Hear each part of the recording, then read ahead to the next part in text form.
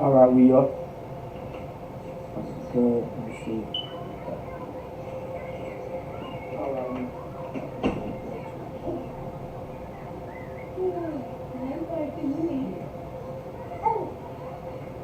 All right. Lucky. Shalom. Yahweh Hashem Yahushua Bakathum to the brothers. And Shalom. Yahweh Shemar Alathah by Hashem Yahushua to the sisters. We're the Israelite School University of Practical Knowledge. Started at 1 West 125th Street, Harlem, New York, under Commanding General Yohana. We are not affiliated with any other Israelite group nor any other Christian organization. Alright? Alright. So now, tonight's class is the Brotherhood class. Right? This Tuesday's night Brotherhood class. Right? So brotherhood is very important, man. Brotherhood is very, very important within the Black, Hispanic, and Native American community.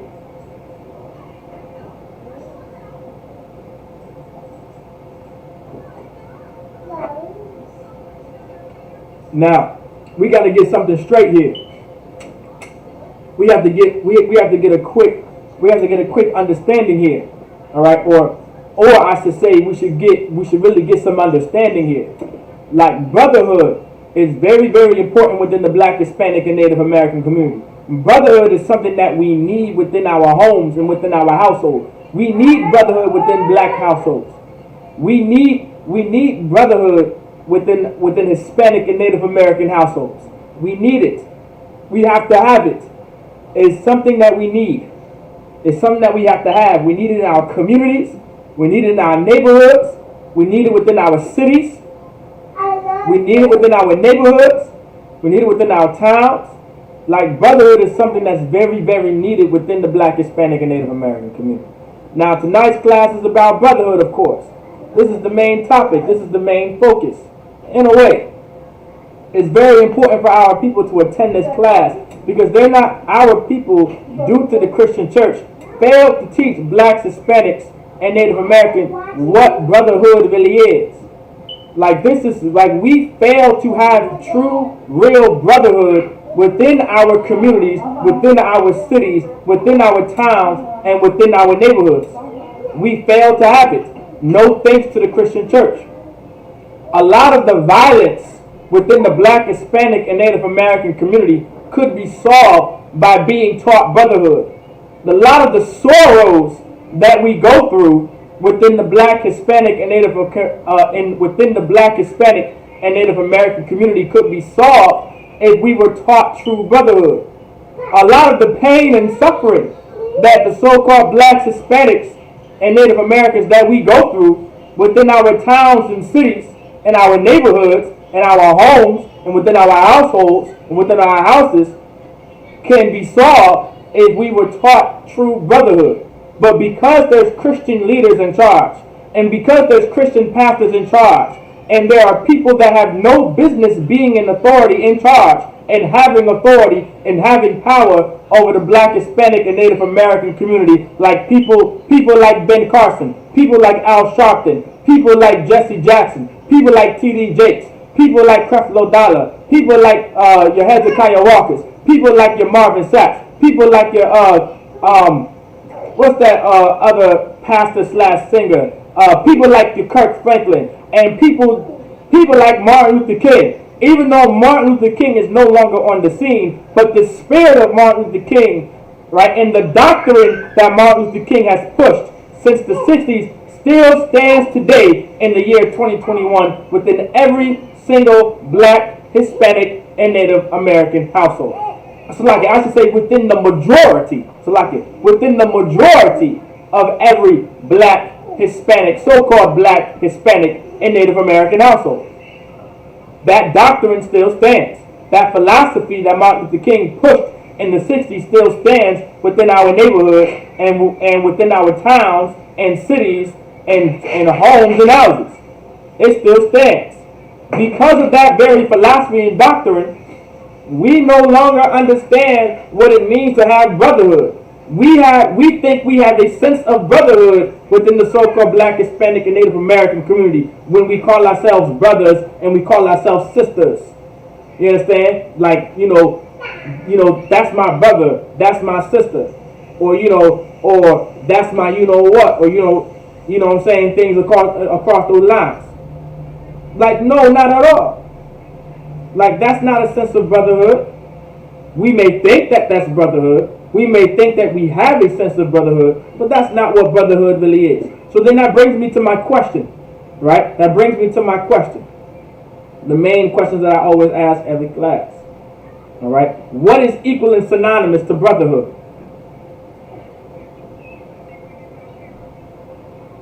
Anyone in class knows? What is equal and synonymous to brotherhood?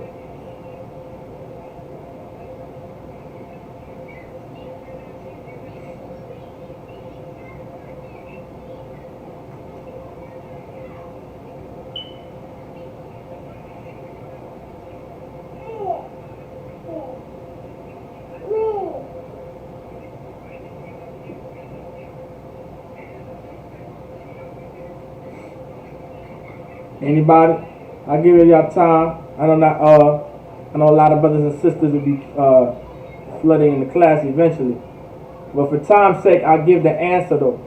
So these are the main. So I asked about 3 to 4 questions before I get pretty much before we get started into the lesson, because this is the foundation that we need, and we're going to focus more so into detail on that foundation too. So the question I always ask these questions in class.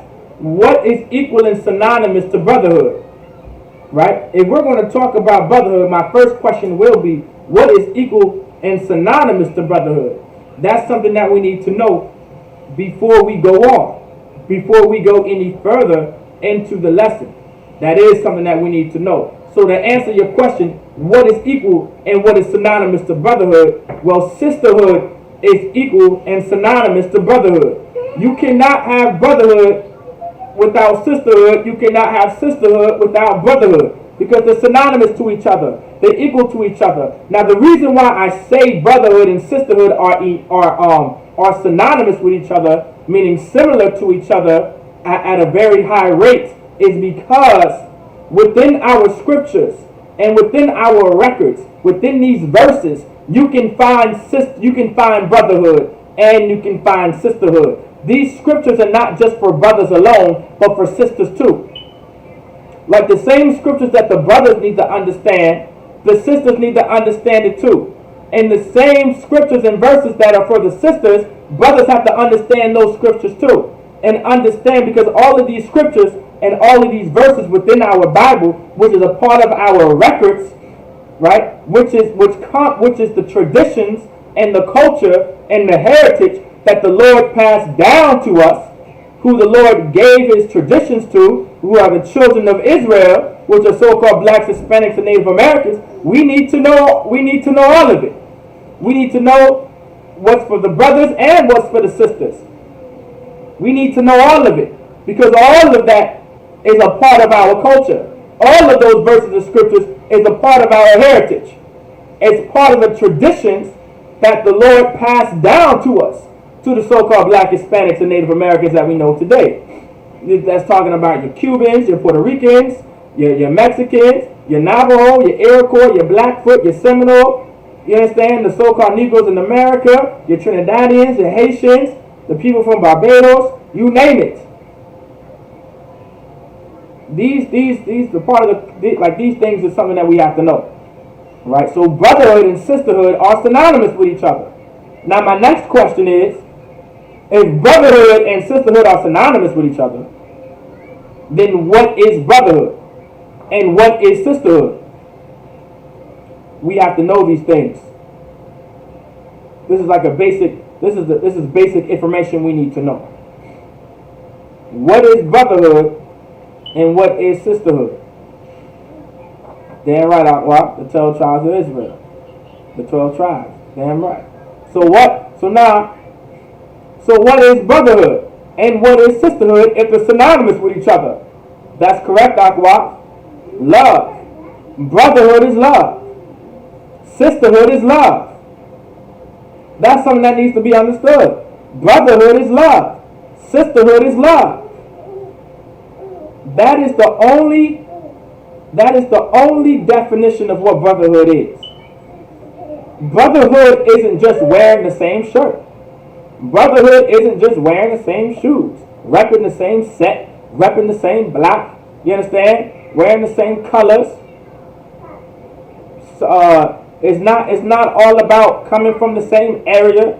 You understand? And the same organ, whatever the case may be. It ain't all about that. It's not all about that. It's more. Brotherhood is more than that. Sisterhood is more than that. It's not just about coming together. A lot of black people come together. Christians come together every Sunday. Muslims come together every Friday. You understand? Bloods and Crips and Gangster Disciples and MS-13 come together all the time. They come together. I promise you they do. But does any good come out of them coming together? Is there any good that comes out of Christians coming together every Sunday? Is there any good that comes out of Muslims coming together every Friday? Is there any good that comes out of Bloods and Crips and Gangster Disciples and MS-13 and Latin Kings coming together maybe every other day of the week at night while they're in their cars or on the block, on the street, smoking up the blunts, sparking the blunts, rolling up the blunts with the Draco? Does any good come out of that? If it did, why are there so many shootings in Norfolk? If there was any good that came out of it. If there was any good that came out of it, why are there so many shootings in Norfolk? And how many shootings in the Hampton Roads area? And so many deaths and murders of our young brothers and the sex trafficking of our sisters in the Hampton Roads area. If there was any good that came out of it. Like, we have to understand what's happening here. Brotherhood is love. Sisterhood is love. Now my next question is, what is love? If brotherhood is love and sisterhood is love, then we need to know what love is. What is love? And that's another topic. And I like to. I'm gonna try to say this as many times as possible in class, if I could, if I can, if I remember to do so. One of the problems that we have in the Black, Hispanic, and Native American community is we have so many different definitions of love. You cannot have unity. You cannot have a true community by having different definitions of love. Because if you have different meanings and definitions of love, which is something that everybody wants, which is something that everyone says that they do, it's something that everyone desires, is love. Once you have so many meanings and definitions of love, so like it, that causes confusion. That causes unbalance. Right? To get nerdy, that causes a disturbance in the force. At the end of the day, that's what happens when you have so many different meanings in laws. So many meanings and definitions of what love is. Love means absolutely something different from me to the next person, and from that person to the next person, and then that other person to the next, and so far and so forth. That's not good. That causes confusion. That causes disruption. That causes disturbance. That causes chaos. That causes the exact opposite of unity. That defeats the purpose of having a community which involves a unified of people believing in the very same thing, and doing the same thing, and coming from the same ethnic group. That's the definition of community. Look it up. Look up that definition for yourself if you can, if you want to. That's what a community is. Like the so-called Black, Hispanic, and Native American community, not to get too far off topic, we're not even a community by definition, because there's so much confusion and chaos and disturbance within our community. But, right, that's neither here or there at the moment. We have so many different definitions and meanings of love, and that's something that we can't have. And you, Akwafi, are absolutely correct. That's what love is. Following the laws. Following the laws and the commandments of the Most High. That's exactly what love is. Give yourselves a hand. Give them a hand. That's absolutely correct. That's exactly what love is. Love is the keeping of God's laws, statutes, and commandments. There is no other love when it comes to the Lord. There is no other love that we should have in the so-called Black, Hispanic, and Native American community.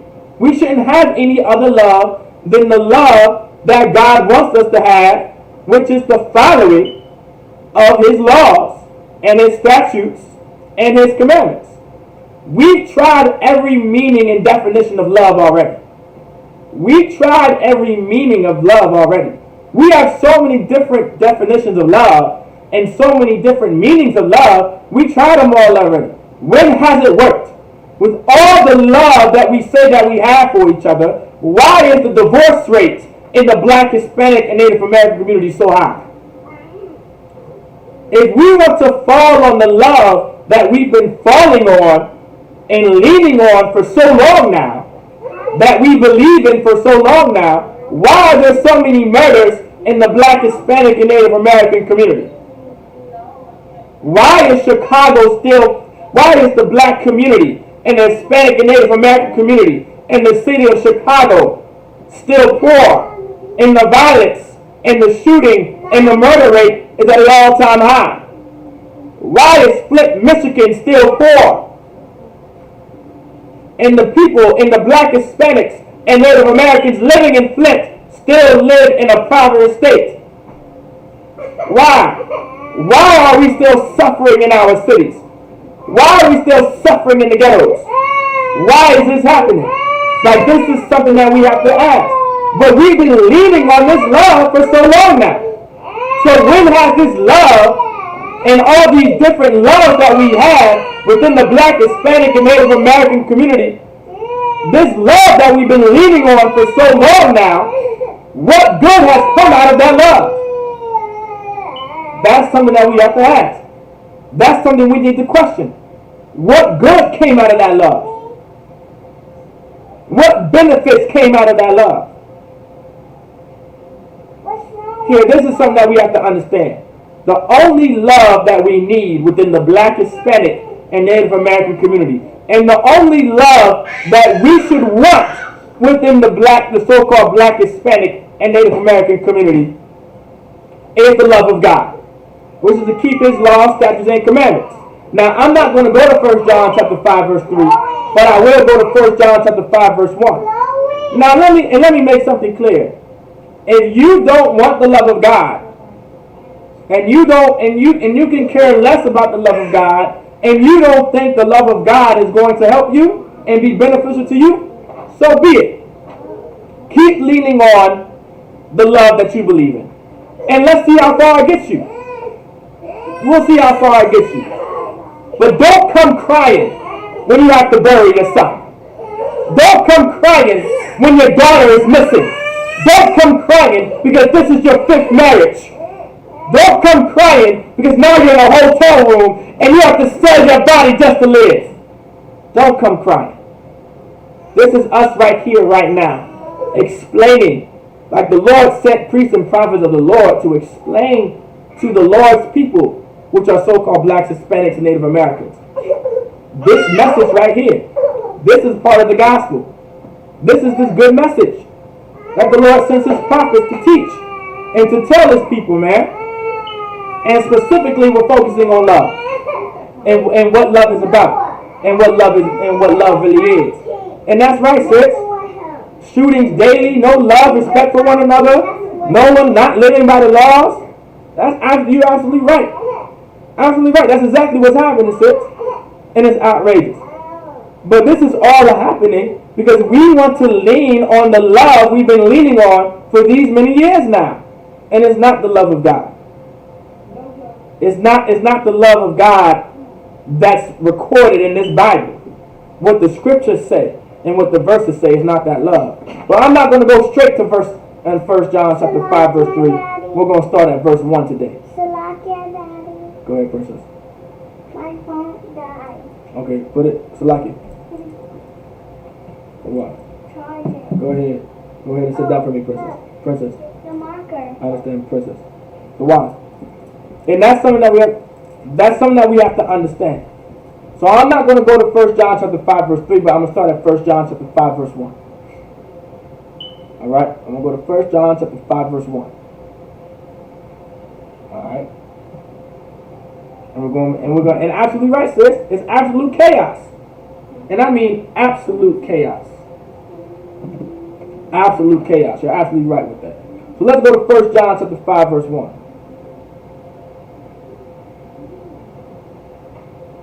Alright?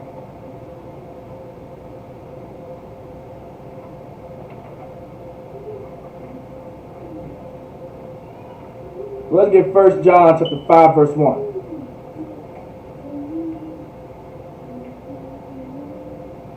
1 John chapter 5, verse 1. So it says, make sure I got everything too. Whosoever, right? Now it says, whosoever believeth. So it says, whosoever believeth that Jesus, right, which is Yahweh Shai, is the Christ, right? So whosoever believeth that Jesus is the Christ, right, is born of God. And everyone that loveth him that begat, loveth him also that is begotten of him. So now, it says in 1 John chapter 5, verse 1, it says, whosoever believeth. Now, within the Christian church, right? Now, according to the Christian faith, and according to the doctrine of Christianity, and the philosophy of the Christian church, and the doctrine that the Christian church preaches, who's the whosoever? It says, whosoever believeth. So who's the whosoever? Right? Who is this talking to? Who is this talking about? Right? So who is this talking to? Who is this talking about? Anybody know?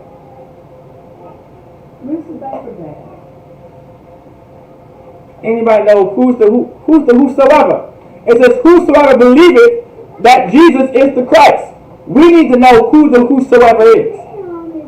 We need to know who the whosoever is focusing on and targeting in the scriptures, within the Bible, within these scriptures, within these verses. So this is something that we have to understand. Whosoever believeth. Now, of course, that might sound like I'm talking about John 3:16. Well, whosoever believeth in me. Now, it might sound a little bit like that.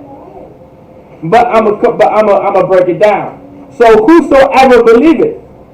Who's going to be the whosoever? Well, we're going to get it. Right? So I'm gonna go ahead and focus. I'm breaking down everything. Alright, I'm gonna break down how important it is. First, I'm gonna break down what love is and how important it is that we need love within the Black, Hispanic, and Native American community. This is going to be an in-depth, basic milk class mixed with meat. And I hope everybody understands where I'm coming from when I say that. This is going to be this class right here is going to be a class that you can go to right? And listen to and truly understand what love really is to its entirety, and where it comes from, and who said it, and why it's important. You understand? Everything has a beginning point. Everything has a beginning. Everything has an origin. Like loving each other and having love in the love of God, right, originates somewhere. It originates somewhere. It started somewhere. Where did it start? Where was it said? Where does it come from? Right? We're going to break this all down. Right? Because this is what brotherhood is about. This is what sisterhood is about. It says, whosoever believeth. So whosoever believeth. Who is the whosoever? Let's go to Acts. We're going to go to Acts chapter 2. So we're going to hold that. We're going to go to Acts chapter 2. So in Acts chapter 2, right? So in Acts chapter 2, right? Verse 21. Now, right? I'm going to break this all the way down. So we're going to, instead of going straight to verse 21 and verse 22, we're going to go up where it talks about who's speaking here. I'm going to give absolute context on who's speaking. So Acts chapter 2, verse 14. But Peter. So now Peter is talking right here. Now I'm giving you who's going to be speaking and who's going to be talking. Now remember, Peter was the next one in charge once Christ left the scene. Peter was a disciple of Christ. Peter was taught by Christ. Peter was second in command when Christ was on the scene. Once Christ left the scene, then Peter was in charge. And then men under Peter, like Barnabas and Simeon and Paul, right, and brothers like that, were under Peter. But Peter was in charge. But it says, but Peter, right, standing up with the 11. So Peter was standing up with the 11. So who are the 11? The 11 are the other disciples, right, that followed Christ. The other 11, the other disciples who followed Christ. Of course, that's excluding Judas, because at this time Judas already took himself out because of what he did to Christ. But these are the disciples, not the specific exact disciples, right? But the majority of the disciples that were following Christ. But Peter, standing up with the 11, lifted up his voice. So now he lifted up his voice because of what? Peter is about to talk to a crowd. Peter is about to talk to a group of people, right? And while Peter is talking, he has to lift up his voice. He has to make it loud, right? He has to make sure his voice can be projected, right, at a loud rate. I mean, at a high rate, I should say.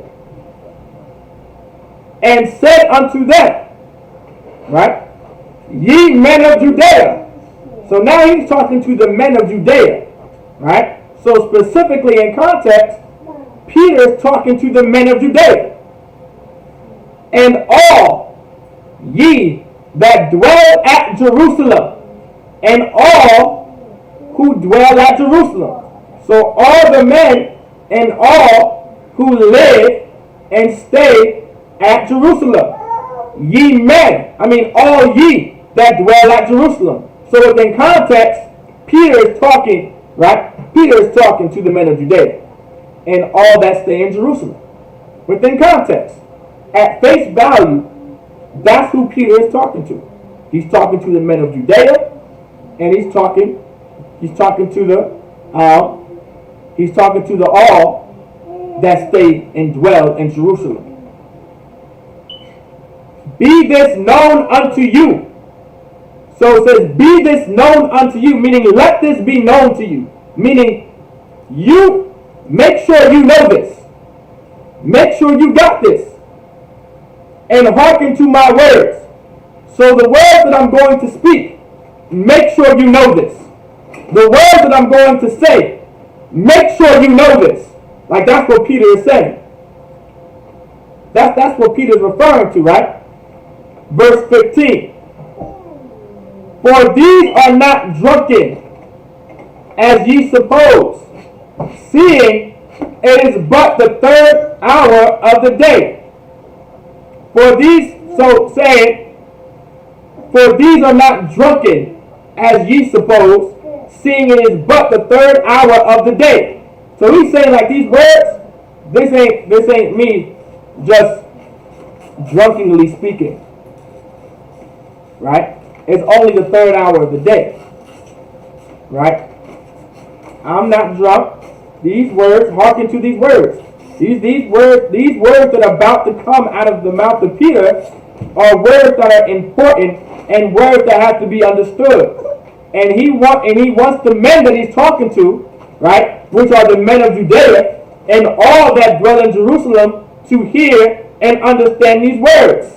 Salakia, Daddy. Go ahead, princess. Have water. Go ahead. But now, go ahead, princess. Now sit down for me, Baba Stay Kusha. hard. Princess, you have one more time. Go sit down, Baba Kusha. Allah, Baba Kusha, go sit down for me, all right, boy? The water. So now, for these are not drunken, as ye suppose, seeing it is but the third hour of the day. So it's only the third hour of the day. It's only that third hour. Verse 16. But this is that which was spoken by the prophet of Joel. So now, Peter is saying in verse 16, but this is that, meaning but this, what I'm saying here, right, is but this is that which was spoken by the prophet Joel. So the words that I'm about to say come from Joel. Right? They come from Joel. So let's go to verse 17. Right? Now verse 17 it says, it shall come to pass in the last day, saith the Most High, I will pour out my spirit upon all flesh, and your sons and your daughters shall prophesy, and your young men shall see visions, and your old men shall dream dreams. Verse 18, I'm going to go back to verse 17 in a minute. And on my servants, and on my handmaidens, I will pour out in those days of my spirit, and they shall prophesy. So let's jump back to verse 17. Now remember, these words are coming from Joel.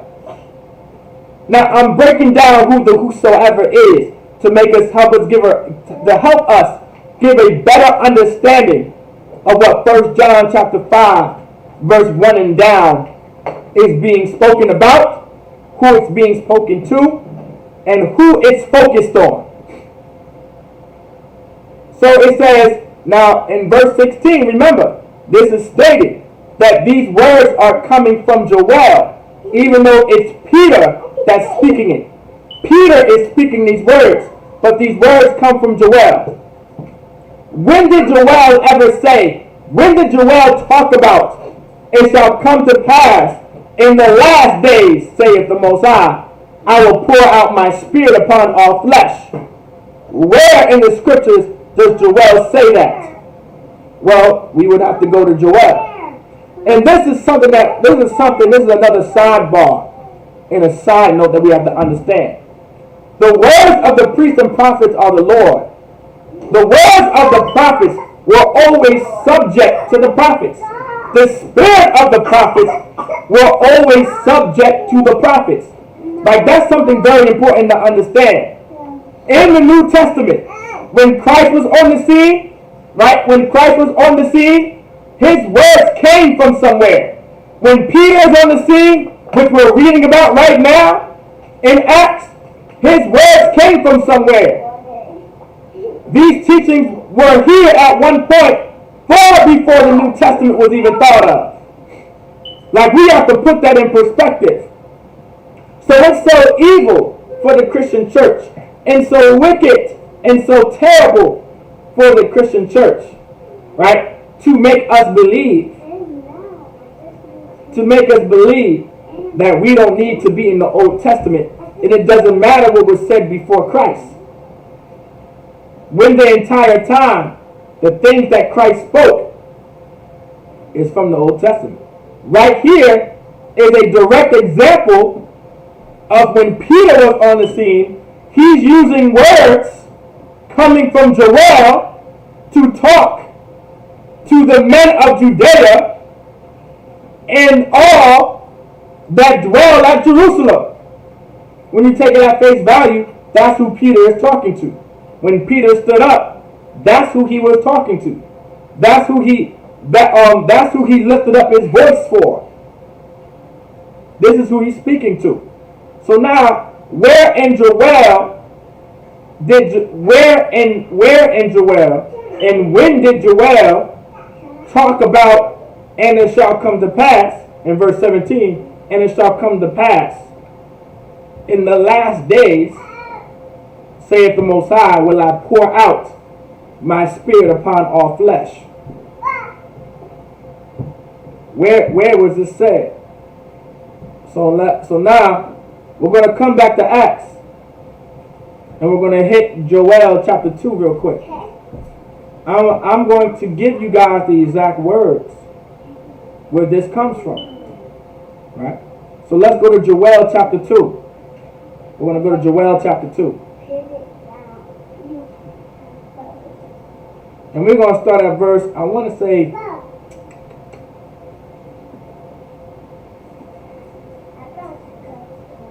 let's see. We're going to start at verse 27.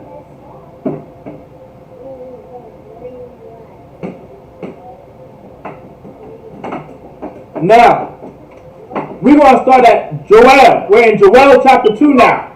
We're going to go back to Acts. But these words that are written in Acts, because these words come from Joel. So those very same words that are written in Acts are also written in Joel. So let's get Joel chapter 2 verse 27. Right? So now, let's get the context of who Joel is talking to. And let's get the context of what Joel is talking about.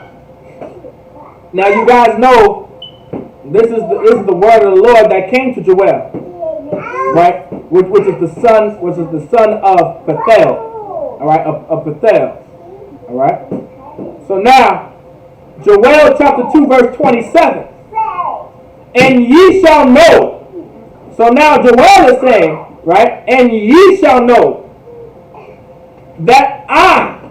So it says, and ye shall know. Now, who is the ye? Now, of course, right? Adlam, Baba Kusha, go sit down, Baba Kusha. So now, when it says, and ye shall know, now, of course, we know the ye in the ISUBK. And anyone in the truth should know the ye, that the ye is talking to Israel, to the nation of Israel. But now, for argument's sake, right? Let's say for argument's sake, we don't know who the ye is. We don't know who the ye is.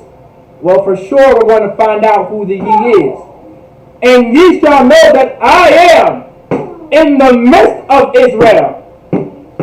So now it says, ye shall know that I am in the midst of Israel. So, for argument's sake, regardless if you don't want to believe that the ye is talking about Israel or not talking about Israel, regardless if you believe it or not, he's letting everyone know at this point, the Lord is letting everybody know that I am in the midst of Israel. Like, that's what the Lord is saying. That ye shall know that I am in the midst of Israel. Meaning he's in the middle of Israel. He's always been involved in Israel. Right? So this is the context of Joel chapter 2. Right? And I am the Lord your God. So it says, and that I am the Lord your God. So he's also stating, right? He's also stating, right? I am the Lord your God. Meaning I am the Most High, your power. Now your is a possessive pronoun, right? So now your is a possessive pronoun. And he's saying, right? I will pour, I mean, it's like it. And that I am the Lord your God, meaning I am your power. Right? I am your power. And the Lord also says, and none else. It says, and none else. Now, once again, this is something very, very important to understand. If you do not understand the simple fact of context in the Bible, then you're not going to understand the love that the Bible is trying to teach. If you don't know who the love is for, and who the love is about, and who the love is coming from, you're not going to understand how important this love is to have. That's why we're in Joel chapter 2 verse 27. I am the Lord your power, and none else. The definition of none meaning not at all. Nobody, no one, none else. So the Lord is also stating, and none else. I'm your God and none else. I'm in the midst of Israel and none else. Meaning he was nowhere else but dealing with the nation of Israel. And my people shall never be ashamed. So right here in Joel, and my people shall never be ashamed. So now, in Joel chapter 2, verse 27, gives you the context. Now let's continue reading in verse 28. In verse 28, and it shall come to pass afterward, that I will pour out my spirit upon the flesh. And it shall come to pass afterward, that I will pour out my spirit upon all flesh. What is that spirit? Right? What is that spirit? Word. Adonai, come here. Come here. Baba Kusha. Come here. Ba'aka'am, Baba Kusha Aita.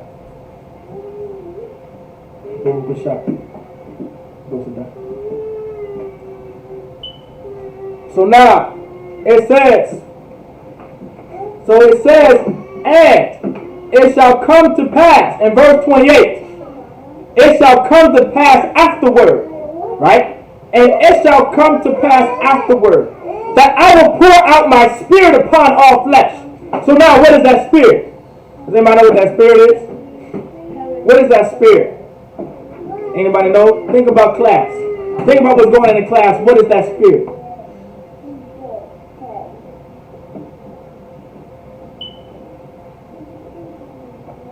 What is that spirit? Y'all can still answer, but I'm going to give y'all the answer for time's sake, because I want to make sure I get through these scriptures. Alright? I will pour out my spirit upon all flesh. That spirit, my spirit, is the spirit of the Lord. My spirit, that's referring to the Lord's spirit. What is the Lord's spirit supposed to do? Well, that could be true. The Lord's spirit, which is what? The Holy Spirit. It deals with the truth. It deals with love. It deals with law. It deals with order. It deals with discipline. And it says upon all flesh. Like that's the spirit. And who is the all flesh in this context? In context, this is about Israel. So Joel is talking about Israel in context when we read in verse 27. And your sons and your daughters shall prophesy. So it says, and your sons and your daughters shall prophesy. Now, of course, using the word prophesy in the Bible, according to the Hebrew language, prophesy doesn't always mean being a prophet and prophesying. Prophesy can also mean being under the influence, right, of a divine power. So in right here it says, and your sons and your daughters shall prophesy. So your sons and your daughter shall be under the influence of that spirit too. That's the all flesh, your sons and your daughters. The sons of Israel, the daughters of Zion. Like that's what the Lord is talking about. it's very important to have that Spirit of the Lord. And we're about to learn that Spirit too. We're going to learn the Spirit of the Lord, the Spirit of the Most High, that Holy Spirit that Christ was trying to teach us from the beginning through the law. Now we're going to learn that. This is something that we need to learn. This is the foundation that we need to learn. This is the love that we need. This is the love that we have to have. Your old men shall dream dreams. Your young men shall see visions. So during the time, so this is talking about it shall come to pass afterward, right? This is in context, right? Based off of Acts chapter 2, verse 17. This is talking about in the days, towards the end days, that the old men shall dream dreams, and young men shall have shall see visions. I mean, we're gonna see visions and dreams. We're gonna have dreams and visions, right? And what are they gonna be about? Verse 29. And also upon the servants and upon the handmaids in those days will I pour out my spirit. So in those days too, to the servants and the handmaids, I'm going to pour out my spirit. So throughout the earth, the Spirit of the Lord is going to be there. Like the Lord is going to pour out His Spirit throughout the earth.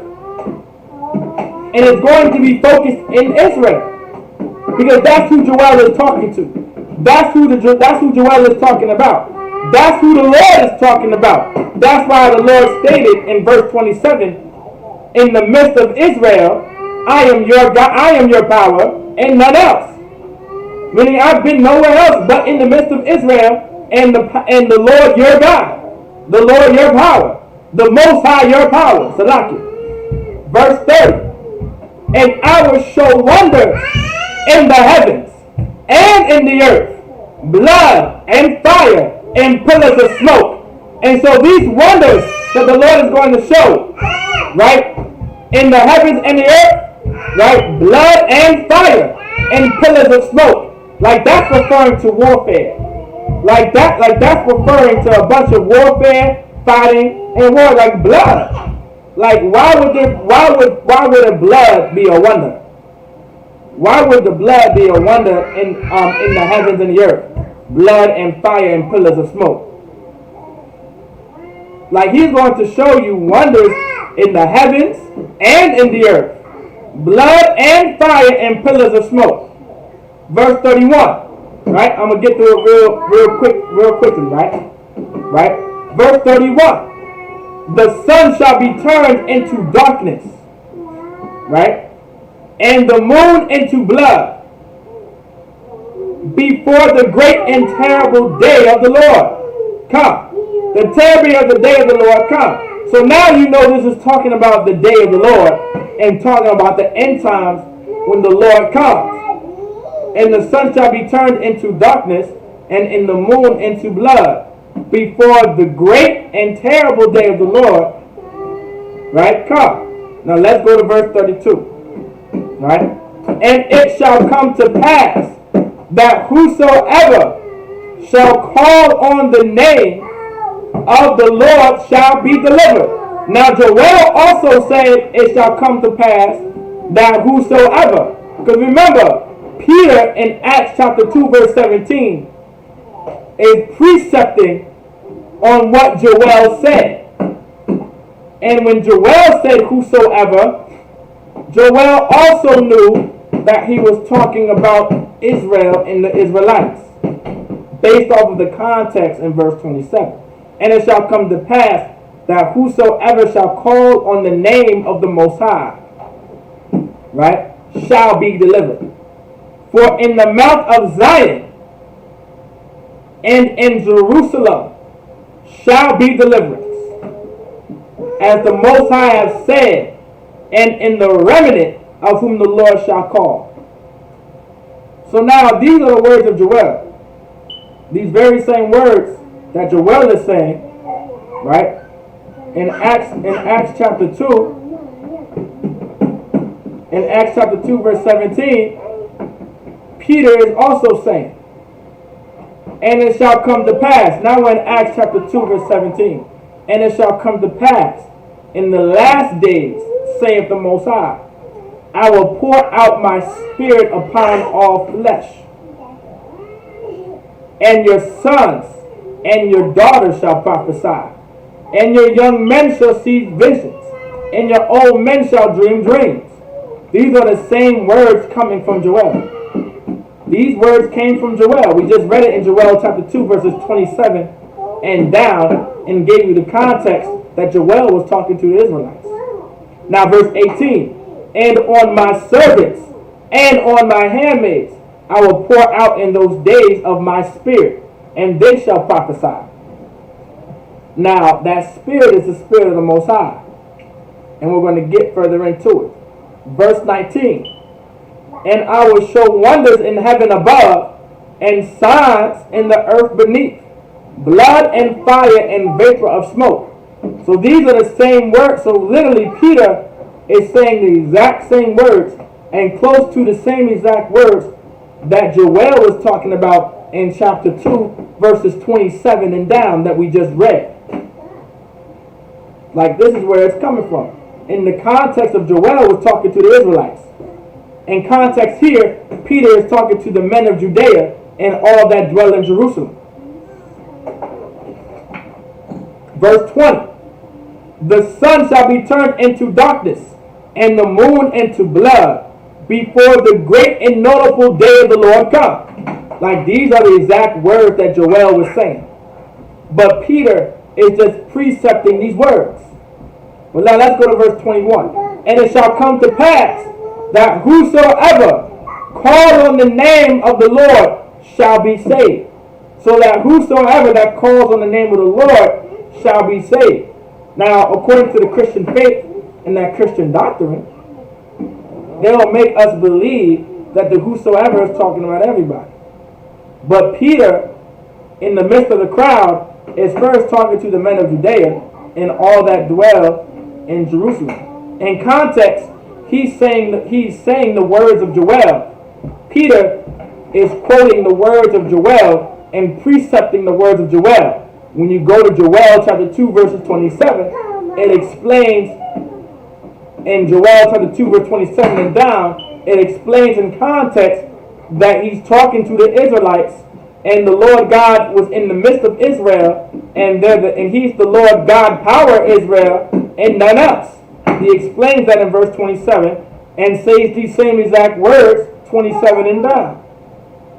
Now let's go to verse 22. And it says, ye men of Israel. So now we know who the whosoever is for sure. In 3 accounts. In 3 accounts was the men of Judea and all that dwell in Jerusalem. The second account is in Joel chapter 2 verse 27, where Peter was precepting out of and quoting out of. The third account is in verse 22 in Acts chapter 2. Ye men of Israel, hear these words. Jesus of Nazareth, a man approved of God among you by miracles and wonders and signs, which God did, which God did by him in the midst of you, as ye yourselves also know. So now we know who the whosoever is. Right?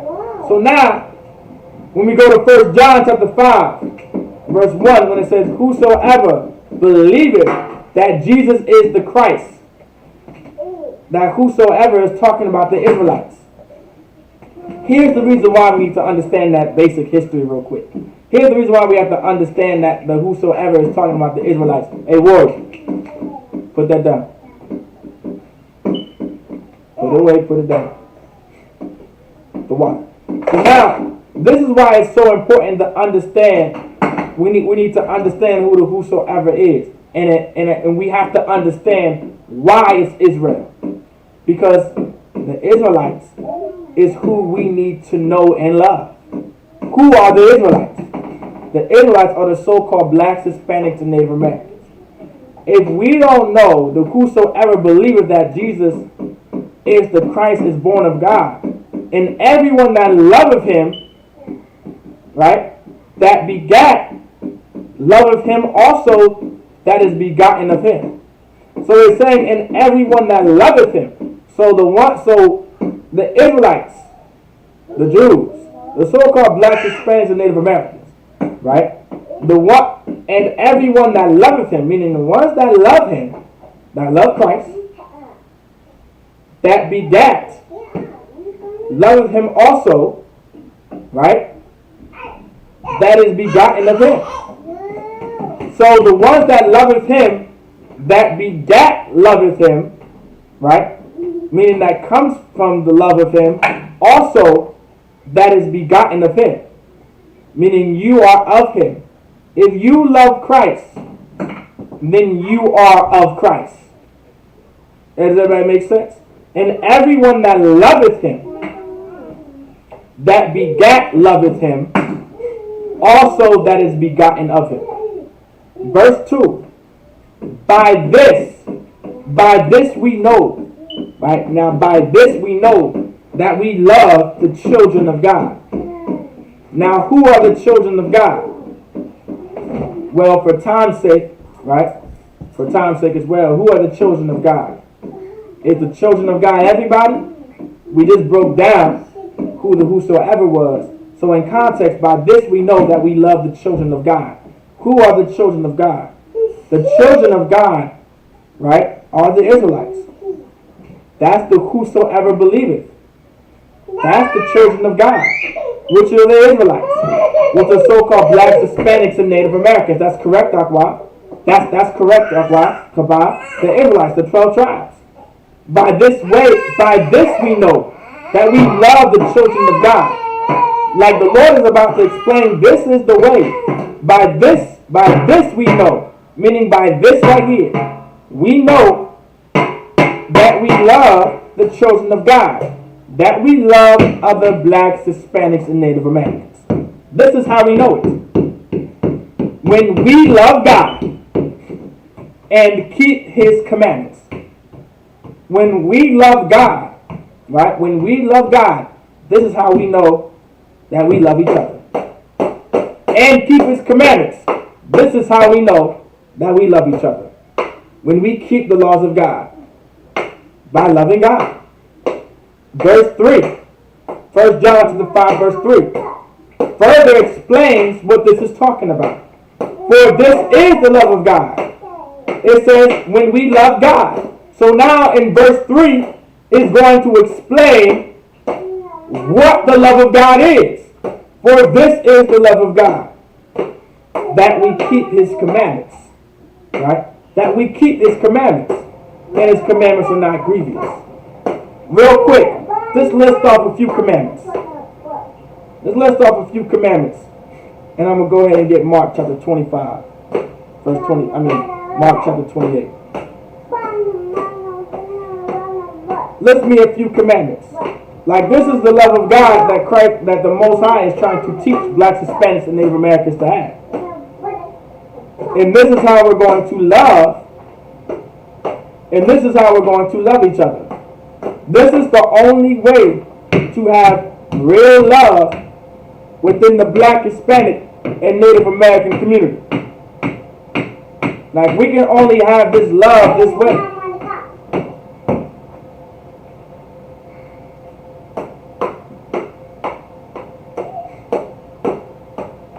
Hey, how does Bobo Kushab, take a seat. So now, I'm going to get Mark chapter 12. And we're going to start at verse 28. And we're going to start at verse 28. Alright? We're going to start at verse 28. Now remember, right? In order to love God is to keep his commandments. Like that's how we love the Most High. Like loving the Most High is not eating pork. Loving the Most High is not eating shrimp and eating lobster. Loving the Most High is not being a homosexual. Loving the Most High is not being a lesbian. Loving the Most High is not being a pedophile. Loving the Most High is not being okay and accepting of the LGBTQIA plus community. Loving the Most High is not being a murderer. Loving the Most High is not being an abortionist. Loving the Most High is not accepting and enabling the women's liberation movement and feminist movement. Loving the Most High, right? Loving the Most High is not lying. Loving the Most High is not committing adultery. Loving the Most High is not leaving your husband. Loving the Most High is not leaving your wife for another woman and throwing the first one away. Loving the Most High, right? Loving the Most High is not having sex with whores. Loving the Most High is not allowing your daughters to be whores. Like, these are different ways to love the Most High. Because in 1 John chapter 5 verse 3, for this is the love of God, that we keep His commandments. And His commandments are not grievous. Like, the laws of God are not hard. To keep the laws of God is not hard. His commandments are not grievous. But living a homosexual lifestyle, that's a hard lifestyle to live. That's hard. To risk getting HIV and AIDS every day, or have HIV and AIDS, that's a hard lifestyle. You understand? Keeping His commandments is not hard. It's not grievous. We are not to smoke. We are not to smoke weed and get high and roll up blunts and sniff coke and smoke crack and get doped up and pop pills and mollies and Percocets. Like, that's a terrible lifestyle. And to sell these things is a terrible lifestyle. It's hard not to do those things. It's not hard to do those things. But you know what is hard? Watching your mother die and watching your father die from drug overdoses. Now that's hard. Now you gotta bury your brother or your son at the age of 16 or your daughter at the age of 15 because she wanted to pop mollies and Percocets and someone else's son and daughter gave it to her or to him or sold it to her or sold it to him. Like, that's a horrible lifestyle. That's a very hard lifestyle to live. That's something terrible, right? But this is what love talks about. This is the type of love that the Lord is trying to explain to blacks, Hispanics, and Native Americans in 1 John chapter 5 verse 3. For this is the love of God, that we keep His commandments, and His commandments are not grievous. We make our lives harder than it has to be. Because of the Christian church, and because of our pastors, and these bishops, and these ministers, we make our lives harder than it has to be.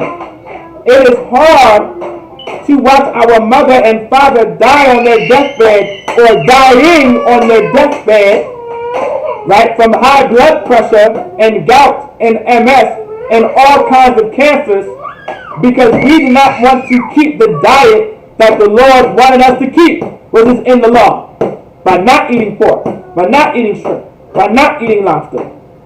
You understand? By not eating clams and oysters and mussels and octopus and squid or starfish and bufferfish and all these unclean foods that are in the waters. You understand? Like, we make our lives harder than it has to be. Like, only if we understood and these religious leaders understood that we were never supposed to pick up a blunt and allow weed, right, to come into our community. It would have never graduated to crack and coke. It would have never graduated to heroin. It would have never graduated to mollies, popping mollies and Percocets, and having marijuana laced with syrup. It would have never graduated to that if we understood that we weren't supposed to have it in the first place. Now we end up burying our sons and daughters from these drug overdoses, and our fathers and mothers from these drug overdoses, and our fathers and mothers not being in the home because they're drug addicts, and they're not there in our lives because they're drug addicts and they're drug users. We make our life hard by not truly loving the Lord and loving the Most High by keeping His laws, statutes, and commandments. That's why it says in 1 John chapter 5 verse 3, for this is the love of God, that we keep His commandments, and His commandments are not grievous.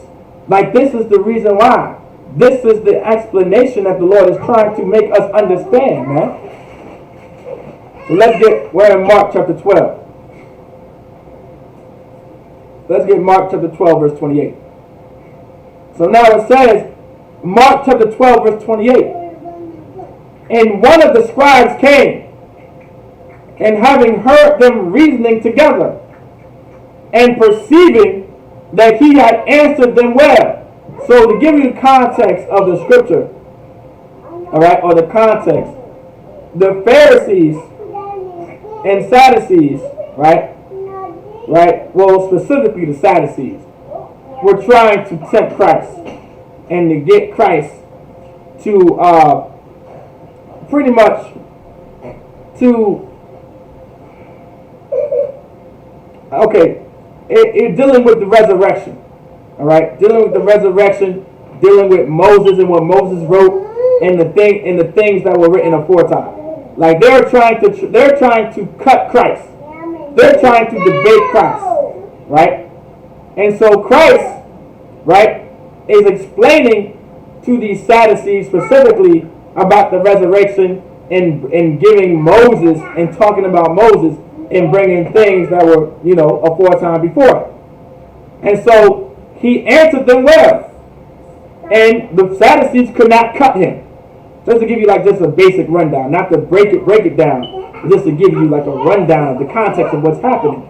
So when it says in verse 28, and one of the scribes came, right, and having heard them reasoning together, because the Pharisees were reasoning together of how Christ answered the Sadducees so well, right, in this case, right, reasoning together and perceiving that he answered them well, asked him, which is the first commandment of all? So this scribe is asking, what is the first commandment of all? Now we're going to get the second account when this happened too as well. Not the second account, but the similar account as well, but later, right? So it says, which is the first commandment of all? So the scribe is asking, well, what is the first commandment of all? So verse 29, and Yahushua answered him, and Jesus answered him, the first of all the commandments is, hear, O Israel, the Lord our God is one God. So now he's listing, this is the first commandment, right? Well, this is part of the first commandment. He's going to actually list this first commandment, right? In verse 30.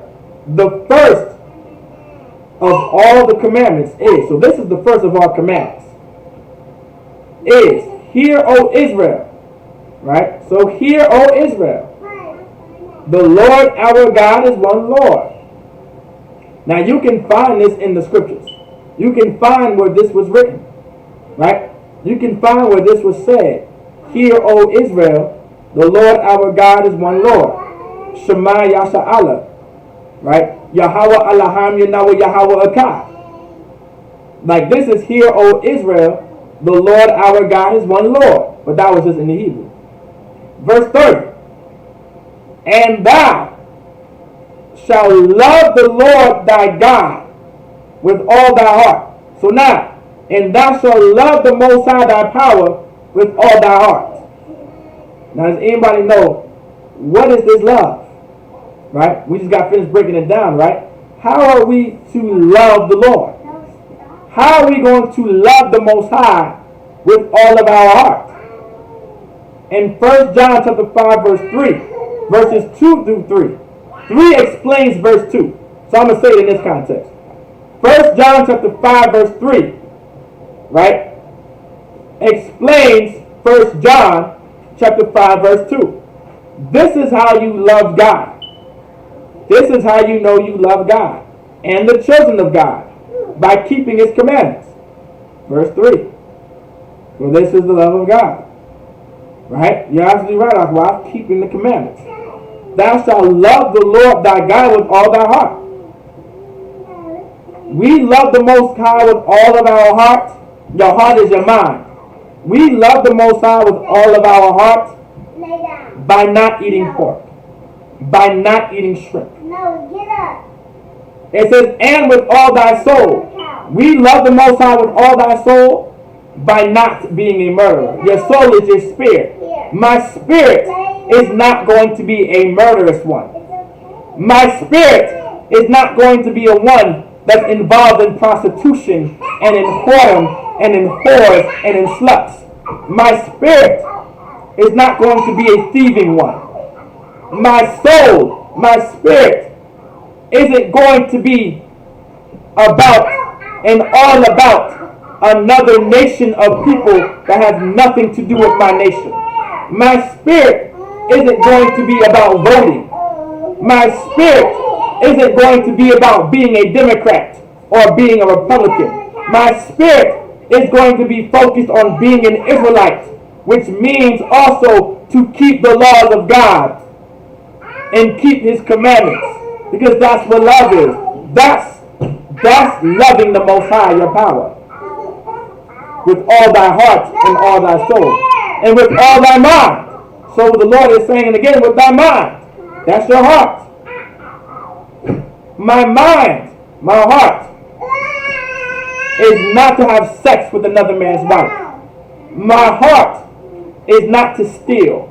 My heart, my mind, is not about committing abortion and being about abortion and allowing and being okay and enabling our sisters to commit abortions. My mind and my heart and my spirit is not about that. This is how you love your nation. This is how you love your people. Like the Lord is explained, the Lord wants us in 1 John 5 verse 2. This is how you love the children of God. By loving God. And this is the love of God in verse 3. Is to keep his commandments. This is how you love your nation. This is how you love the Latinos. This is how you love the Hispanics and the Native Americans and the so-called black people in America and the so-called blacks and Negroes in Jamaica and Trinidad and Haiti. This is how you love them. This is how we love each other. This is how you love them. Right? And with all thy mind. With all thy mind. And with all thy strength. Meaning with all the strength that you have. With all the might that you have. With all the power that you're able to build up. Right? Let it focus on on loving God. Which is loving your people. Which is loving your nation. Which is loving other so-called blacks, Hispanics, and Native Americans. We know that this is what this means is because this is how you love the children of God. We know who the children of God are. We know who they are. They're the Israelites. They're the Jews. They're the so-called blacks, Hispanics, and Native Americans that we know today. And all thy strength. This is the first commandment. Like this is the first commandment. This is the fundamentals of the entire law. And we'll get there real quick. Verse 31. Right? Now, before we go to verse 31, right? Does anybody know, paying attention in class, or may know that's in class, that may know a little something, where is Christ saying this? Where is Christ getting this from? Anybody know where Christ is getting verse 30 from? And thou shalt love the Lord thy God with all thy heart. Where is Christ getting this commandment from? Like the Christian church wants to get, the Christian church and our pastors and our bishops want to get rid of the law so bad. But where are they getting this from? Where is Christ getting this from? This is a commandment. So if this is a commandment, where is it coming from? Well, let's go to Deuteronomy chapter 6.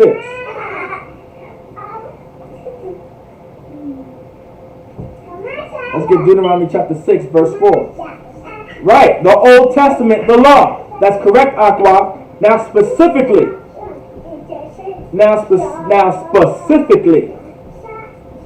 Deuteronomy chapter 6, verses 4 through 5. And the Lord said, Hear, O Israel, the Lord our God is one Lord. This is exactly what Christ said. This is exactly what Christ was quoting. This is exactly what Christ was talking about right here in Mark chapter 12, verse 30, verses 29 and 30. Right? Salakia. Am I saying that? I want to say, am I saying that right? I want to say verse 29 and 30. Right? And verse 29 and 30 through 31, this is what Christ was talking about. This is where Christ got it from. It was in Deuteronomy chapter 6, verse 4. Right? Now, hear, O Israel, the Lord our God is one Lord. Verse 5. And thou shalt love the Lord thy God with all thine heart, and with all thy soul, and with all thy might. This is where Christ got it from. It was within our own law to love the Lord, to love the Most High. Right? Like it was within our law. Now, when you read Deuteronomy chapter 6, verses 4, and you go down, right, it talks about how important it is, right, to take these words, right, and let it be in our hearts, right, and do the fact that's in our hearts. Teach our children it. Talk about the law wherever you go, when you're in your house, right, wherever you're walking, even when you're lying down, when you get up. Like this law should be with you forever. This law should be with you through all the times of the day and night, when you sleep, when you get up. Like the Lord is going to explain, like it should be close to it as a sign, right? Like you should bind them for like a sign upon thy hand, and they shall be as the frontlets between thine eyes. Like you should know this as if it's the back of your hand, or when you close your eyes, like you're just seeing the law. It's all about the law. Like the word, like we have to understand, like he wants the words that he said. Now my question is to anyone in class, right? Who's speaking in Deuteronomy? Who did the Lord choose and raise up in Deuteronomy? Who are these words coming from? Even though these words are coming from the Lord, what man, right? Right? What man? These words, what man are they coming from? What brother are they coming from? That's correct, Aqua. Moses. Keep that in mind. I want y'all to keep that in mind. Keep in mind that these words, right? That's correct, Aqua. Give y'all a hand. Keep in mind. I want y'all to keep in your memory. Install it in your heart right now, right? Keep it in mind. Install this in your mind and your heart real quick. That these words are coming from Moses. These words are coming from Moses. All right. So keep that in mind for the lesson, for lesson purposes. All right. That and for class purposes, these words are coming from Moses. Let's go to so now let's go back to Mark chapter 12.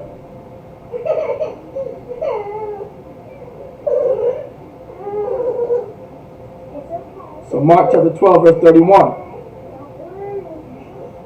So Mark chapter 12, verse 31. So now we're going to get the next. And it says, and the second is like, namely this. So in Mark chapter 12, verse 31, the second.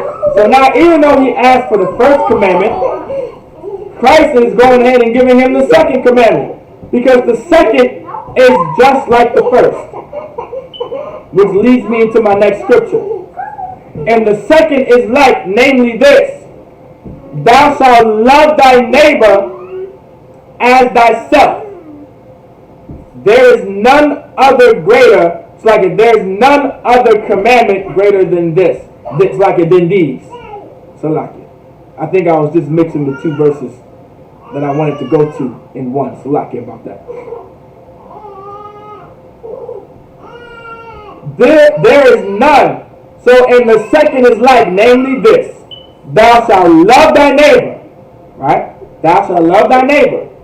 Christians tell us all the time to love our neighbor. The Christian church, day and night, right, tells us to love our neighbor. Alright? Love your neighbor this. Love your neighbor that. Turn to your neighbor. Say this to your neighbor. Oh, glory to God. Blah, blah, blah, this. All this nonsense, right? In the Christian church, they talk about it. And they do this. And they say, thou shalt love thy neighbor as thyself. There is none other commandment greater than these. So the second is just like the first. Thou shalt love thy neighbor as thyself. Now, I'm not going to break it down quite yet, because I'm going to get the next scripture and I'm going to break it down there, because it says the very same thing. So I'm going to get John. No, well, I'm not going to get John yet. I'm going to get Matthew chapter 22. Right? I'm going to get Matthew chapter, well, you know what?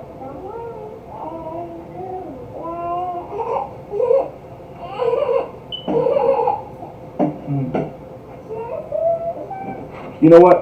Salaki. What I want to do, right? I'll go to Matthew chapter 22, verse 34. So Matthew chapter 22, verse 34.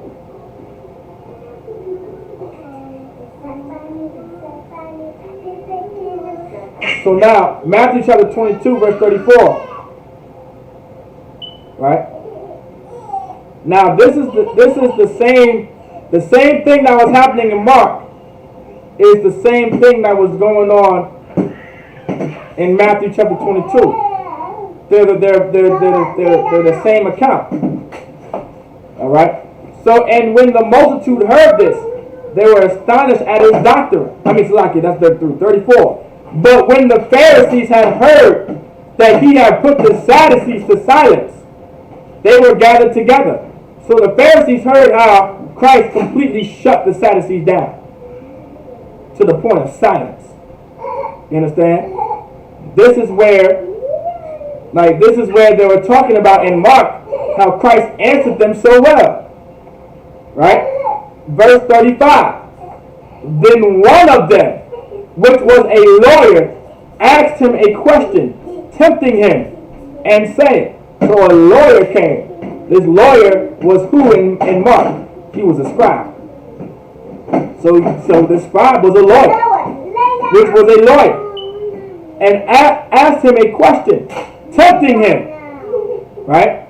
And saying, verse 36, Master, which is the great commandment in the law? So he's asking the same thing in Mark. Instead of saying, what's the first commandment? What is the great commandment? Right? It's saying the same thing. This is the same account. Which is the great commandment in the law? Verse 37. Jesus said unto him, right? Thou shalt love the Lord thy God with all thy heart, and with all thy soul, and with all thy mind. So this is the very same thing that was written in Mark. And this is the very same thing that you can find in Deuteronomy chapter 6, right? Verses 4 through 5, which came from Moses, right? Yeah, it came from the Lord, but these are the words that Moses was speaking. Verse 38, this is the first and great commandment. So this commandment right here is the first and great commandment. Right? So now you get it, right?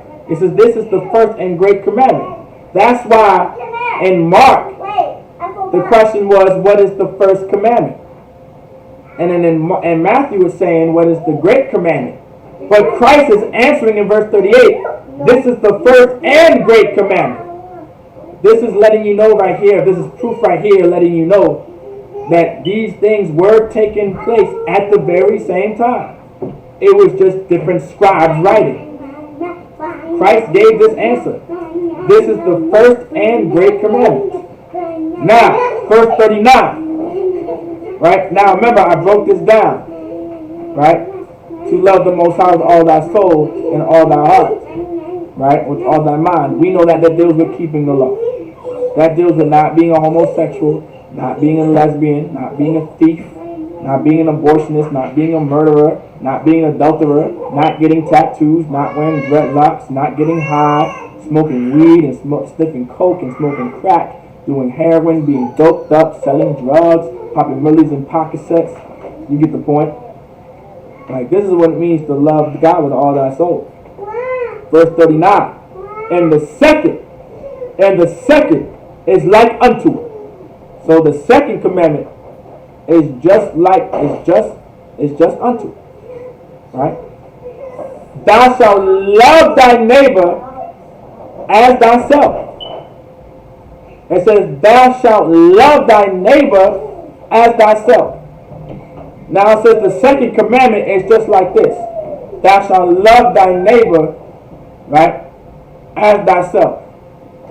Now, can anybody tell me, where can you find thou shalt love thy neighbor as thyself?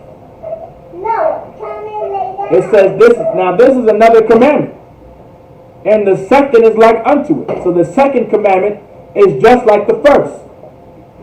Thou shalt love thy neighbor as thyself. No, Where can you find this? Where can you find how to love your neighbor? The Lord is telling us to love our neighbor, but how do we love our neighbor? Well, the law would teach you how to love your neighbor. The law would tell you how to love your neighbor and who your neighbor is. Our neighbor cannot be everybody, because that was never so. Remember, 1 John chapter 5 verse 2 and 3 explains that this is how you love the children of God. This is the Israelites. It's by loving God. And verse 3 explains what the love of God is. For this is the love of God, that we keep his commandments, right? So we love the children of God by loving God, and the love of God is keeping his commandments. So if the love of God is keeping his commandments, this is how you love the children of God. Meaning, this is how you would love your neighbor. How did we get this concept? Where did we get this philosophy from? I want to say philosophy, but where did we get this doctrine from? Where did this concept come from? Well, it came from the law that we've been talking about keeping this entire time. It comes from the law that John's been talking about the entire time, that Peter was talking about the entire time, that Christ was talking about the entire time, that the disciples were talking about the entire time, that the priests and prophets of the Lord in the Old and New Testament was talking about the entire time. It comes from the law. So let's get Leviticus chapter 19. So Leviticus chapter 19. And let's get verse 17.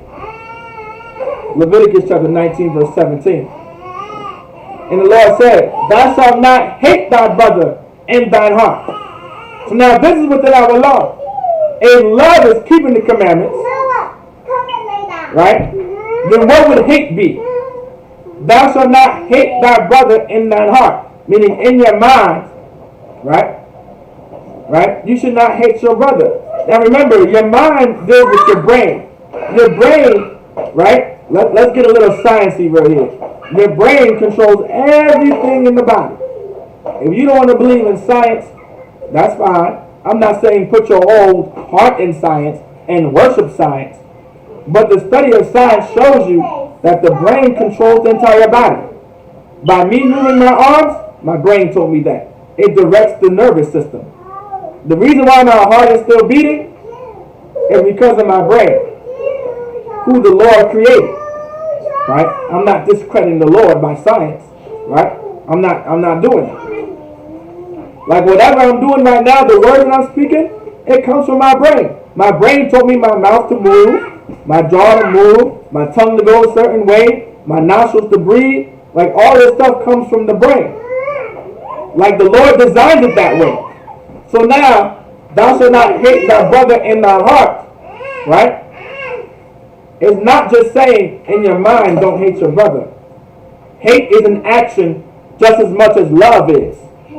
Just as much as love is keeping God's laws, statutes, commandments, hate is not keeping the laws of God and keeping his statutes and his commandments. So I would hate my brother in my heart by what the Lord is about to explain right here. Thou shalt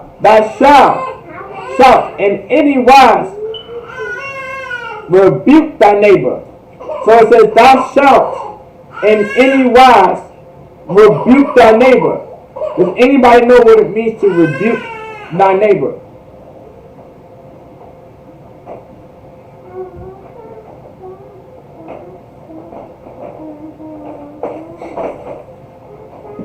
It says, thou shalt in any wise rebuke thy neighbor. Hey, warrior, go sit down. The water. Go sit down, go over there. So it says, thou shalt in any wise rebuke thy neighbor. So the Lord is saying, you should not hate, right? Thou should not hate thy brother in thy heart, but thou shalt in any wise rebuke thy neighbor. Meaning, you should rebuke your neighbor, meaning to correct your neighbor by doing what? And not suffer sin upon him. Meaning, this is how you do not hate your brother. You correct him by not suffering sin upon him. Meaning not to tolerate sin. Don't allow your brother to eat pork. Don't allow your brother to eat shrimp and lobster and clams and oysters and mussels. Right? And squid and octopus and starfish and all this exotic fish in the sea. Do not suffer that don't suffer that on your brother. This is how you love your brother. This is how you don't hate your brother. Don't allow him to be a murderer. Don't tolerate it. Don't allow your brother to be okay with abortions. Do not allow your brother to enable and accept and be a supporter of the LGBTIA plus community. Don't allow your brother, do not allow your daughter, do not allow your people to accept and enable whores and sluts and prostitution through the so-called Black, Hispanic, and Native American community. This is how you don't hate your brother, which is showing love by not tolerating sin upon him. Now, how do we know this is talking about the other brothers and sisters in the so-called Black, Hispanic, and Native American community alone? How do we know that this is talking about the children of Israel only? Verse 18, thou shalt not avenge. What does it mean not to avenge? Meaning don't always, stop being so worried about payback and revenge. That's why Christ kept on talking about forgiveness. It said, thou shalt not avenge. Meaning stop being so fixated on revenge and getting get back. Through sin you get back. Through sin you get payback. Through sin you get revenge, and we don't even realize. You know how many sisters through sin think trying to get revenge and payback because their man got another woman, and their payback and their revenge is to go have sex with another man?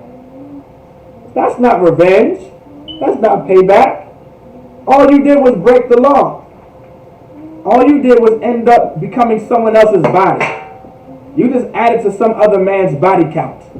That's all you did.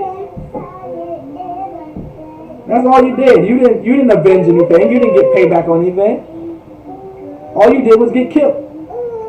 Now you're on someone's body list. Oh yeah, I took down Shauna. I took down Quita. I took down Rashawn, whatever the hell it was, Rashonda, Rosetta, whatever the hell, Kiki. Yeah, I took it down.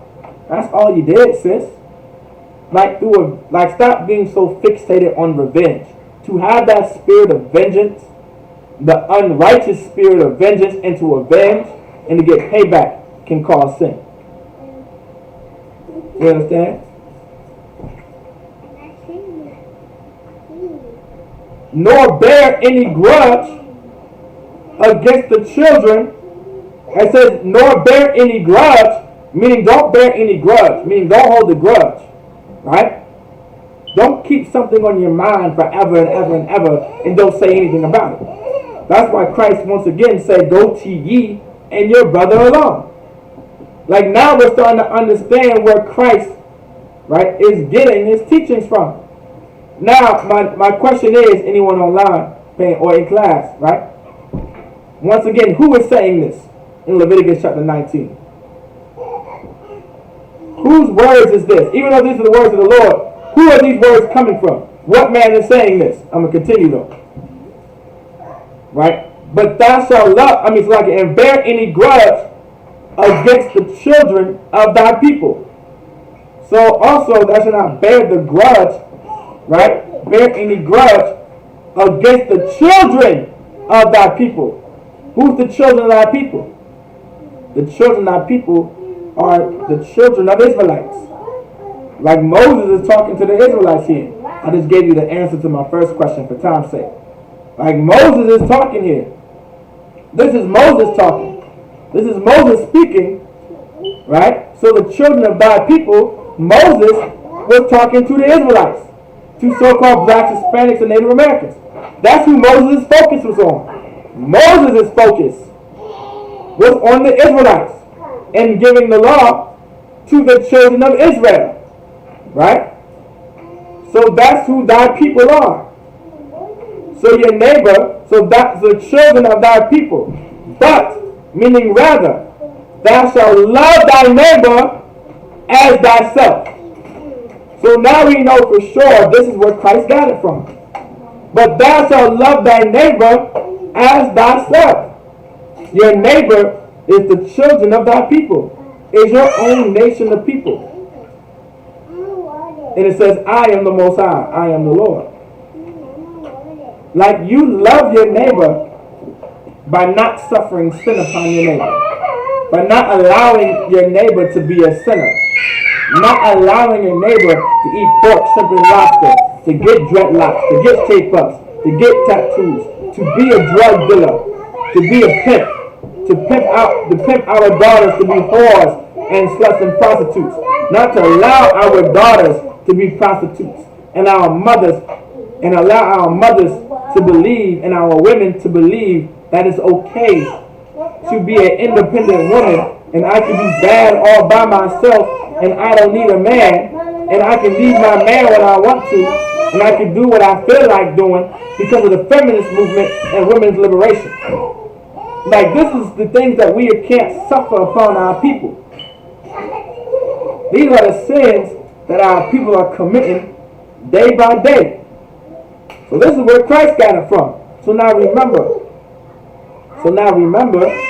these words that Christ are quoting in Mark chapter 12 and in Matthew, right? And in Matthew chapter 22, right? These words that Christ have been quoting and precepting out of the law came from Moses.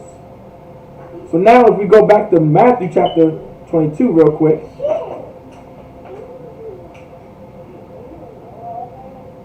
If we go to Matthew chapter 22 verse 34,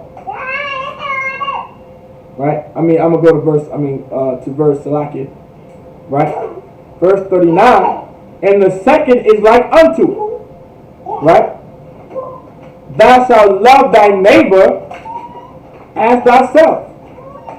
Meaning, you should love your neighbor the way you should love yourself.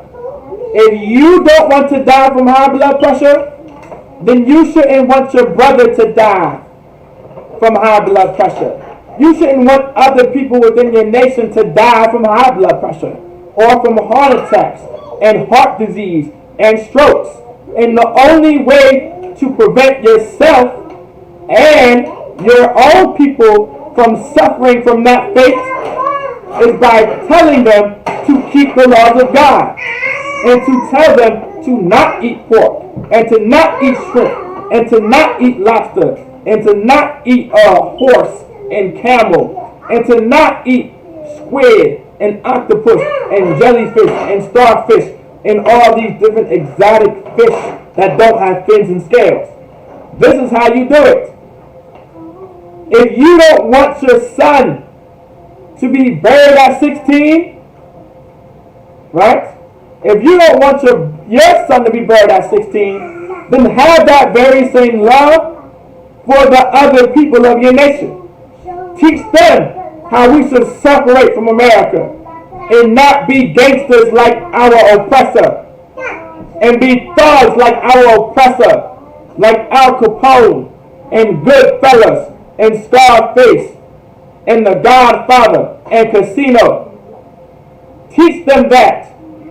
How why we shouldn't be Bloods and Crips and gangster disciples and end up murdering each other and getting high and selling drugs to each other. If you don't want your son to be buried at 16 or at 13 or at 15, have that very same love for the rest of our people. That's what the Lord says. Thou shalt love thy neighbor as thyself. This is the love. It's according to the law. It's by not suffering sin upon our brother, meaning the nation of your people, the other people of your nation that come from Israel, that come from other blacks, Hispanics, that come from other so-called blacks, Hispanics, and Native Americans. That's the love. That's the love that we need. That's the love that we have to have. If you don't want your daughter or our daughters to be a whore, or to be some harlot, or some slut, or some prostitute, right? Have that very same love for the other families and households and homes in the Black, Hispanic, and Native American community by teaching them the laws of God. The Lord God said to us to not allow our daughters to be whores and prostitutes, meaning we have to live a certain way, meaning there has to be some form of conduct that we have to do to keep our daughters from being whores, sluts, and prostitutes. Like this is how you love your neighbor as you love thyself. And it says in verse 40, on these two commandments hang all the law and the prophets. Right? And these two commandments hang all the law. So these two commandments hang all the law. Meaning these two commandments hang all the law. Meaning all the law hangs on these two commandments. No matter what law you go to in the scriptures, it hangs from these commandments. And the prophets. Also these laws hang on the prophets. I mean, whatever the prophets have taught and spoke about, it hangs on them too. Now remember, these words came from who? These words came from Christ, right? Like these are the words of Christ. But these words also came from what? These words also came from the law. And the law came from who? Who did the law come from?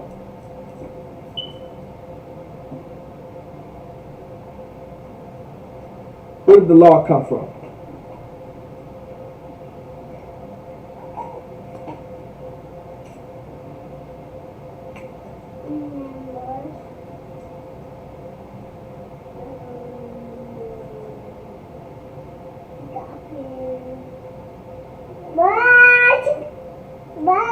The law came from Moses. Even though this is the law of God, and the laws do come from the Most High, but the laws were spoken to the children of Israel, to the Jews, by Moses. To the children of Israel, by Moses. Now why is that important? Because now we have an understanding of what. Now let's get John chapter 5. Let's get John chapter 5, right? Verse 46. For Christ is talking to the Jews here. Christ is talking in context in John chapter 5, verse 46. But Christ is talking to the Jews. He's talking to the Israelites. And these Jews want to kill him. These Jews sought to kill him and to take him down and to smite him. These Israelites wanted to kill him. And it says in verse 46, for had ye believed Moses, right? For had ye believed Moses, for had ye believed Moses, for you believed Moses. You believed what came from Moses. You follow Moses. You're a Jew. You're an Israelite. You claim to keep the law. The law comes from Moses. For ye believed Moses. Meaning you believed what Moses said. Right? It says, ye would have believed me. Right? Ye would have believed me. If you believed in Moses, right? For had ye believed in Moses, for had ye believed Moses, right? For you believed Moses, meaning you believed Moses, ye would have believed me, meaning you would have believed me also, if you believed Moses. For he wrote of me, for Moses wrote of Christ. Right? Now, how did Moses write of Christ? To give you a quick breakdown of it, how did Moses write of Christ? Well, you can find different accounts of Moses writing about Christ. You can go to Deuteronomy chapter 32 and down. You know what I'm saying? You can go to Deuteronomy chapter 32 and down, where the coming of vengeance and salvation coming to Israel. You can read that in Deuteronomy chapter 32. Now we can't, but for time's sake, we may not be able to hit that point. But you can find in Deuteronomy where Moses was talking about the coming of the Lord, and this was referring to Christ. So Moses spoke about Christ. So Christ is saying, for he wrote of me, verse 47. But if ye believe not in his writings, so Christ is saying, right? But meaning rather, if ye believe not in his writings, if ye believe not his writings, meaning if you don't believe the writings of Moses, if you don't believe what Moses said, how shall ye believe my words? And the Lord is saying, how shall ye believe my words? If you don't believe Moses and what Moses said, right? How ye believe my words? I mean, how are you going to believe what I say? Now why was that scripture pulled? Because Christ said what Moses said. If you believed in Moses, you would believe in me. Because guess what? Whatever Moses said is what I'm saying too. Christ, like, this is what brothers and sisters have to understand when coming into this truth too and understanding this. Christ never taught anything that wasn't already taught already. He just expounded on it and explained it and what really needed to happen. Like the law, like Christ was teaching the law because Christ was teaching what Moses spoke. So that's why he's saying, for ye believe Moses, you would believe me. You would have believed me. Because I'm literally saying what Moses said. I'm not telling you any different. I'm just telling you what Moses said. That's all Christ was saying. Right? This is the law of Moses. Right? This is, you can do love the Most High comes from the law of Moses, which is the words of Christ. These are the words of Christ coming from the laws of Moses. Because if you believed in Moses, then you would believe in Christ. Because Christ is literally saying what Moses said. Christ is literally saying what the prophets of the Lord said. That's why when Christ said, let's go back to Matthew chapter 22. Right? That's why in Matthew chapter 22, verse 30, like it, verse 40, when he says, On these two commandments hang all the law and the prophets. That's why he said the law hangs, these two commandments hang all the law and the prophets. Because he was teaching what the prophets taught. Which is what? The law. Loving the Most High always dealt with the law. Christ always dealt with the law. Christ directly dealt with the law of Moses because that's how we got the definition of love and how to love each other and how to love the sons of God. How to love the children of God, which are who? The Israelites, God's chosen people. So now we have a clear understanding, right, of how to love each other and what it means to love our own nation, to love our neighbor. This is the law of Moses, which is literally also the words of Christ. If ye believed in Moses, you would believe in me. These are the words of Christ that come from the law of Moses. Because Moses also said what? Love thy neighbor as you love thyself. Meaning suffer not sin upon your brother. Reproach your brother. Correct him. Check him. Teach him the law. Hear, O Israel. Love thy God with all thy heart. This also came from Moses. Alright? So with that, I say Amadu, which means to stand.